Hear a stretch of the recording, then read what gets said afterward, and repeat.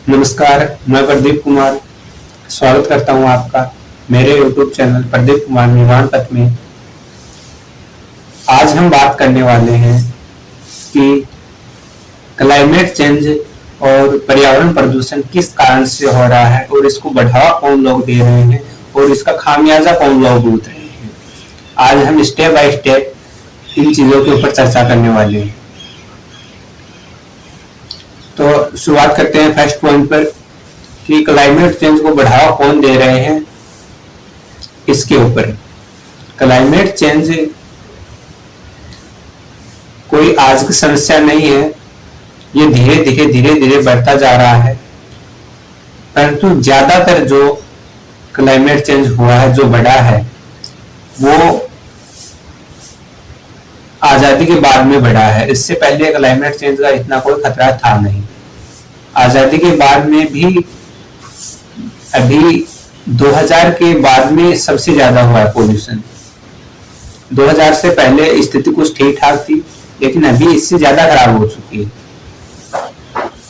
तो इसमें जो ज्यादातर भूमिका जिन्होंने निभाई है वो है अमीर तबके के लोग, जो अलग अलग जगह पर कंपनियां फैक्ट्रियां लगा के उनसे प्रदूषण कर रहे हैं।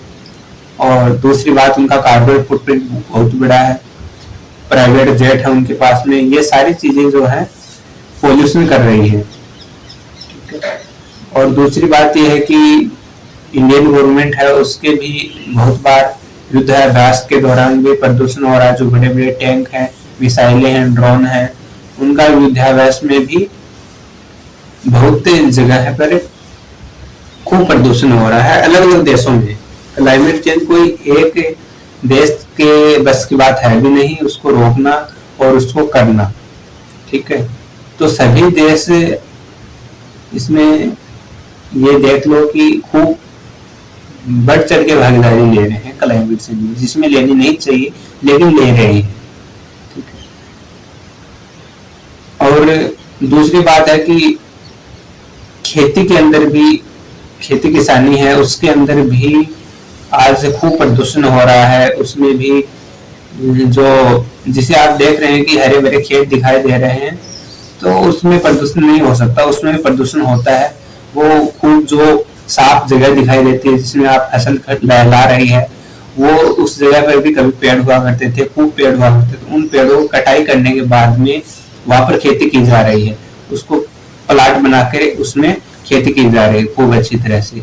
तो उसमें भी बहुत सारी चीजें हैं, जैसे उसमें ट्रैक्टर वगैरह चलते हैं, अलग अलग जो मशीनें चल रही हैं वर्तमान में, कटाई बुआई, ये सारी चीजें जो है प्रदूषण का एक स्रोत तो है ही।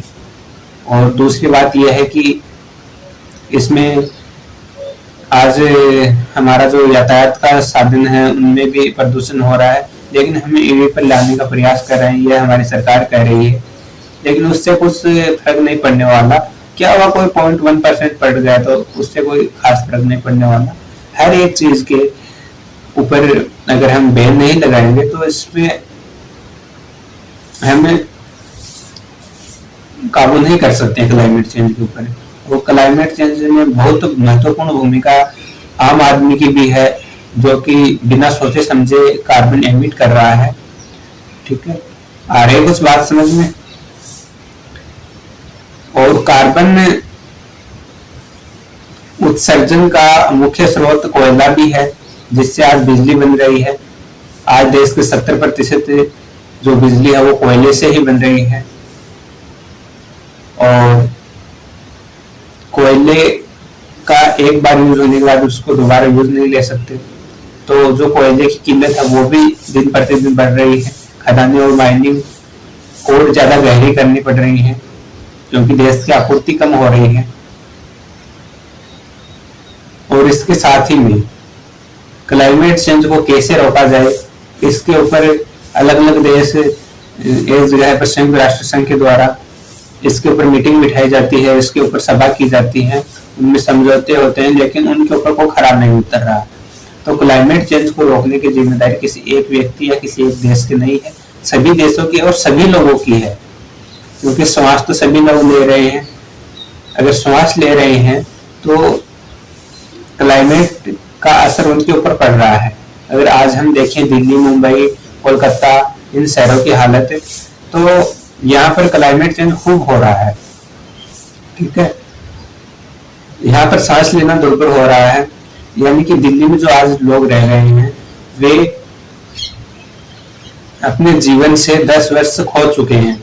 यानी किसी व्यक्ति की उम्र अगर 80 साल है तो उसका जीवन से 10 साल हट चुके हैं और 70 साल ही जी पाएगा, क्योंकि जो धुआं जो है उसके फेफड़ों में जा रहा है और उसके शरीर को जो नुकसान पहुंचा रहा है, ये सारी चीजें मायने रखती हैं। तो इसका असर आम आदमी पर सबसे ज्यादा पड़ने वाला है। जो रईस लोग हैं उनके ऊपर तो वे गंदगी करते हैं, लेकिन वे गंदगियों में रहना पसंद नहीं करते, वो अलग दूसरी जगह पर चले जाते हैं, अलग देशों में चले जाते हैं।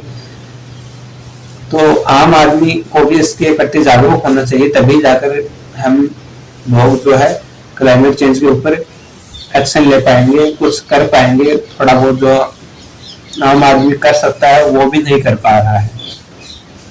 एक सामान्य स्तर पर जो जिम्मेदारी दी जाती है उसमें भी वो पीछे हटता है। कचरा करने से पीछे नहीं हटता, लेकिन सफाई करने से पीछे हटता है।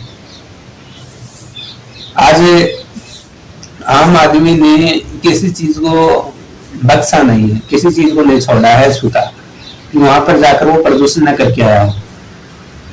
आज अगर टूरिस्ट की भी बात करें तो पर्वतों के ऊपर जा रहे हैं, वहां पर्वत एकदम साफ सुथरे थे, वहां पर जाकर पॉलीथीन कर दी, कुछ बिस्किट वगैरह के पैकेट हैं, अलग अलग फूड पैकेट हैं, वो वहां पर डाल के आ गए।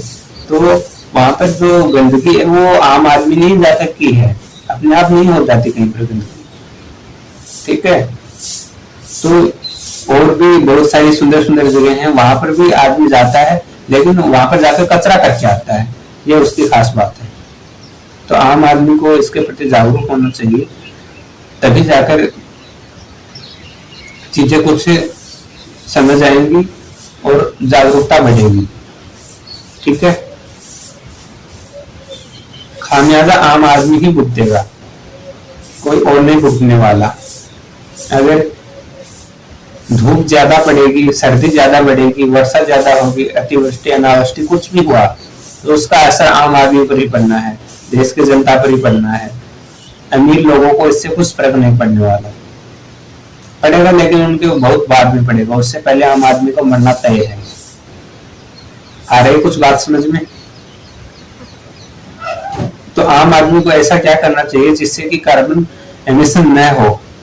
आम आदमी की मोटी मोटी 5-6 चीजें हैं जिसको समझना चाहिए कि देश में जब भी चुनाव हो रहे हों तो ऐसे व्यक्ति को वोट देना चाहिए जो कि कार्बन एमिशन, क्लाइमेट चेंज, पर्यावरण प्रदूषण, इन मुद्दों के ऊपर बात कर रहा हो कि हम इनके ऊपर खरा उतरेंगे। ऐसी तो कोई नेता बात कभी करता नहीं है, क्योंकि नेता हमेशा वादे करते हैं बड़े बड़े, जैसे सड़क बनाए देंगे, फ्लाईओवर बना देंगे, आपके शहर में ये टंकी बना देंगे,